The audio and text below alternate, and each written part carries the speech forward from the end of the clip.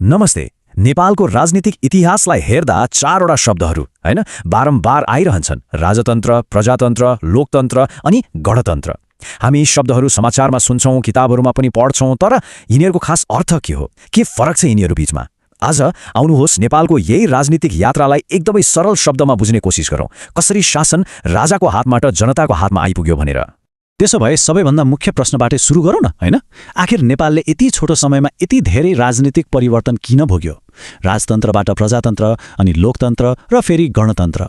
यो केवल शब्दहरूको अदलबदल मात्रै त पक्कै होइन। यो त एउटा लामो कथा हो। देशको शक्ति कसरी राजाको हातबाट बिस्तारै जनताको हातमा आयो भन्ने कथा। र यो कथाको सुरुवात हुन्छ राजतन्त्रबाट। ल, हाम्रो यो यात्राको पहिलो खुड्किलो हो राजतन्त्र। भन्नुपर्दा नेपालको आधुनिक राजनीतिक इतिहासको सुरुवात नै यहीँबाट हुन्छ।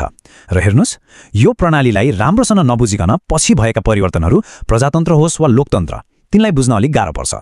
त्यसो भए खासमा के हो त राजतन्त्र र नेपालमा यसको स्वरूप कस्तो थियो? राजतन्त्रलाई एकदमै सरल भाषामा भन्दा यो भनेको राजाको शासन हो। मतलब देशको सम्पूर्ण शक्ति, सबैभन्दा ठूलो पावर त्यो एउटै व्यक्ति कि राजा कि रानीको हातमा हुन्छ। र सबैभन्दा महत्त्वपूर्ण कुरा के हो भने यो शक्ति चुनाव जितेर आउने होइन। यो त वंशको आधारमा बाउबाजेबाट छोरा नातिमा सर्दै जाने कुरा हो। यो सिस्टममा जनता शासक होइनन्, उनीहरूमाथि शासन गरिन्छ। अनि नेपालमा राजतन्त्र भनेको त्यस्तो 10-20 वर्षको कुरा होइन। शाहवंशले लगभग सोच्नुहोस् त 240 वर्षसम्म शासन गर्यो। यो निकै लामो समय हो र यति लामो समयले देशको समाज र राजनीतिमा गहिरो असर पार्नु त स्वाभाविक नै भयो। हो, यसले देशलाई एक ठाउँमा ल्याउने काम गर्यो, तर अर्कोतिर के भयो भने सबै शक्ति एउटै परिवार र दरबारभित्र मात्रै सीमित रह्यो।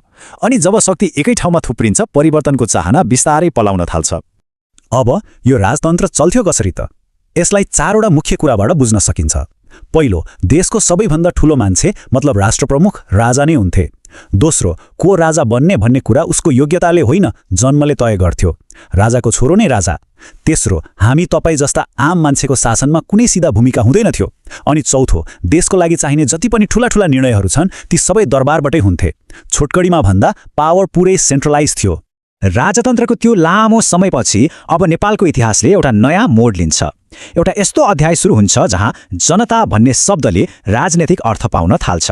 र यही चरणमा हामी दुईवटा एकदमै महत्त्वपूर्ण शब्दहरूसँग ठोकिन्छौँ, प्रजातन्त्र र लोकतन्त्र। सुन्दा त दुवैको अर्थ जनताको शासन जस्तै लाग्छ, तर यिनीहरूको बीचमा एउटा सानो तर निकै महत्त्वपूर्ण फरक छ। साल 2007मा नेपालले पहिलोपटक प्रजातन्त्रको स्वाद चाख्यो। प्रजाको शासन भन्नुको मतलब यो व्यवस्थाले जनतालाई केही राजनीतिक अधिकार त दियो, तर यहाँ एउटा एकदमै महत्त्वपूर्ण कुरा के थियो भने प्रजातन्त्र आउँदैमा राजा हटेका थिएनन्। देश बन्यो संवैधानिक राजतन्त्र। यसको मतलब राजा राष्ट्रप्रमुखको रूपमा रहिरहने, तर शासनमा जनताको पनि भूमिका हुने। एक किसिमले शक्ति राजा र जनताबीच बाँडियो।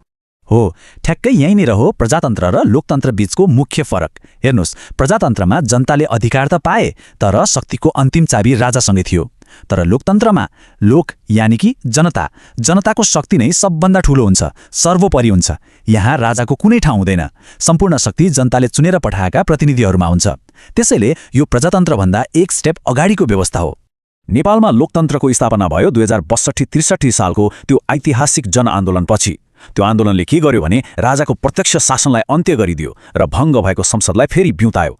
यसले शक्तिको केन्द्र जुन दरबारमा थियो त्यसलाई पुरै उठाएर जनताको माझमा ल्याइदियो। त्यसैले त हामी 2063 साल वैशाख 11 गतेलाई लोकतन्त्र दिवस भनेर मनाउँछौँ। यो दिनले के स्थापित गर्यो भने अबदेखि देशको मालिक सार्वभौम शक्ति भनेको जनता हो।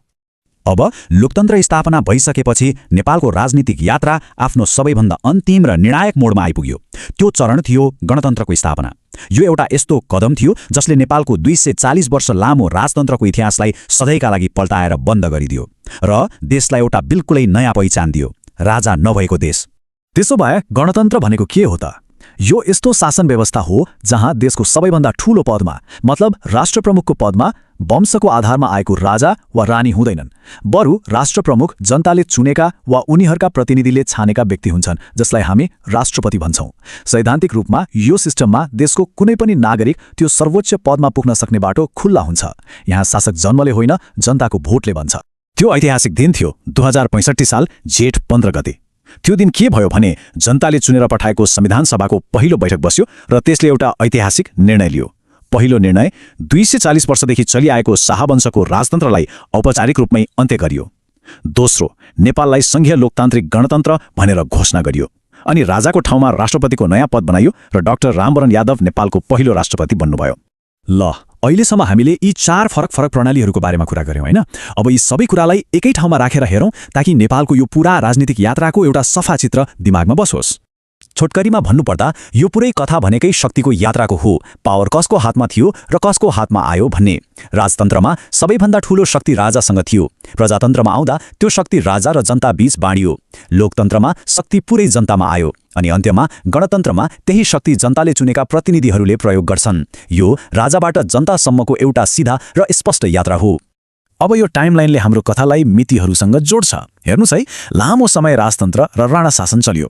त्यसपछि आयो 2007 साल जब प्रजातन्त्रको सुरुवात भयो अनि 2046 सालमा बहुदलीय व्यवस्थाले त्यसलाई अझै बलियो बनायो। फेरि 2063 सालको जनआन्दोलनले लोकतन्त्रलाई पुनर्स्थापित गर्यो र अन्ततः 2065 सालमा नेपाल गणतन्त्र बन्यो। यहाँ देखाइएको हरेक मिति नेपालको राजनीतिमा एउटा ठूलो टर्निङ पोइन्ट हो। त्यसो भए यत्रो लामो यात्राको अन्तिम परिणाम के त? आजको दिनमा नेपालको औपचारिक परिचय हो संघीय लोकतान्त्रिक गणतन्त्र। यो नाममा 3वटा कुरा छन्। गणतन्त्र, यसको मतलब राजा छैनन्। लोकतान्त्रिक, यसको मतलब शासन जनताको हो। अनि संघीय, यसको मतलब शक्ति केन्द्र, प्रदेश र स्थानीय तहमा बाँडिएको छ। यही हो त्यो व्यवस्था जुन यति लामो सङ्घर्ष र परिवर्तनपछि नेपालले अहिले अपनाइरहेको छ। अन्तमा एउटा कुरा के बुझ्नु जरुरी छ भने राजतन्त्र, प्रजातन्त्र, लोकतन्त्र र गणतन्त्र यी केवल किताबमा पढिने शब्दहरू मात्र होइनन्। यी त नेपालले भोगेका, अनुभव गरेका र पार गरेका 4वटा ऐतिहासिक चरणहरू हुन्। हरेक चरणले देशको शक्ति कसरी चल्छ, नागरिकको अधिकार के हुन्छ र देश कुन बाटोमा जान्छ भन्ने कुरालाई नै बदलिदिएको छ। यो पुरै यात्राले एउटा कुरा प्रष्ट देखाउँछ, कसरी एउटा देशको भाग्य दरबारको अग्लो पर्खालबाट निस्किएर आम नागरिकको हातमा आइपुग्न सक्छ।